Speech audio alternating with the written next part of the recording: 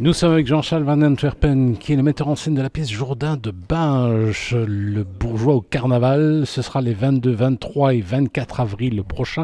Alors, Jean-Charles, le pitch de cette pièce interprétée par Tous Compliqués et compagnie. Le pitch, donc c'est un scénario qui est inspiré de Molière, le bourgeois gentilhomme. C'est pour ça que ça s'appelle Jourdain de Binche, un bourgeois au carnaval.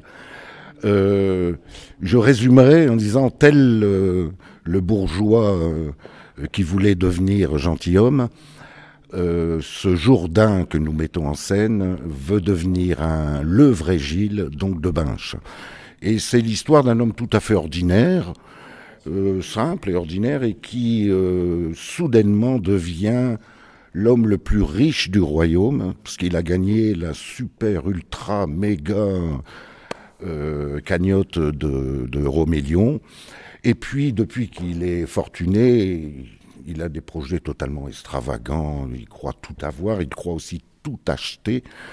Et il est beaucoup de choses, il est administrateur de tas de choses où il ne va jamais. Il possède notamment un bateau, mais il l'emploie jamais parce qu'il se dit, quand on est riche, on doit avoir un bateau. Donc je vous passe les détails.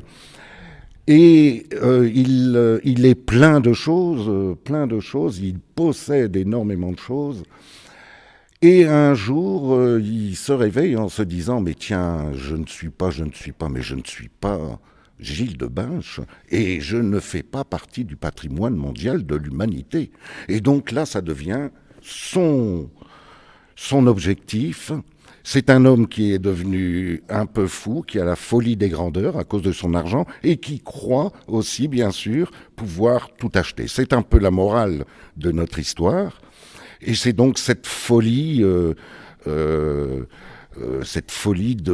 monsieur Jourdain, qui était un personnage tout à fait sympathique au départ, et qui commence à exaspérer sérieusement son entourage. Alors bien sûr, je peux vous dire que la morale et les règles de Binche restent d'actualité, on ne dépasse pas la frontière de l'admissible.